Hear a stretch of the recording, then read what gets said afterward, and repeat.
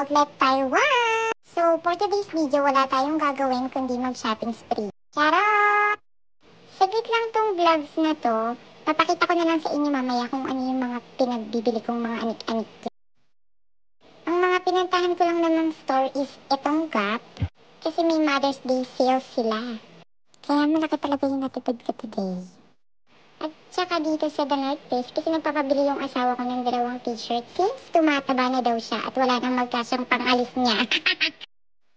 Hindi na ako nag-video at umuwi na din ako agad kasi maggagabi na.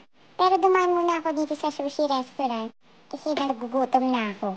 And here is my favorite sushi. Pag nag-crave ako sa sushi, dito lang ako pumupunta. Bilis lang dito. Order ko lang sa app mo tapos nandiyan na sa harap mo maya-maya.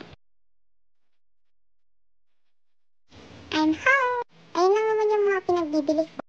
Lipstick, yung t-shirt ni Laupan sa The North, Bingkla, at saka tong Gap, yung Mother's Day sale sila. Ayang Prep and Prime from MAC and 2 lipstick. Kung anong shade, tanongin na lang ako kasi nakalimutan ko.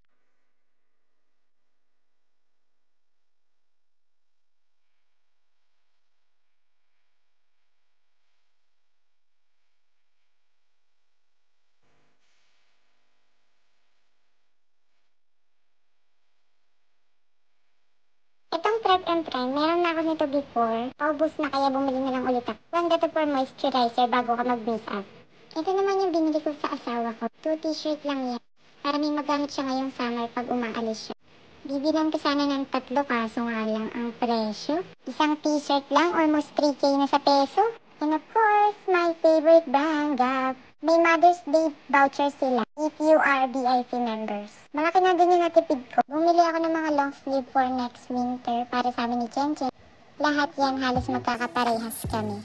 Para pag gumagala-gala kami, twinning kami ng aking Jenny boy. Kasi napakarami niya ng damit ngayon for summer. At lagi talaga ako bumibili ng winter clothes pag summer. Kasi mas mababa yung damit na pang winter clothes pag summer. That's it. Bye!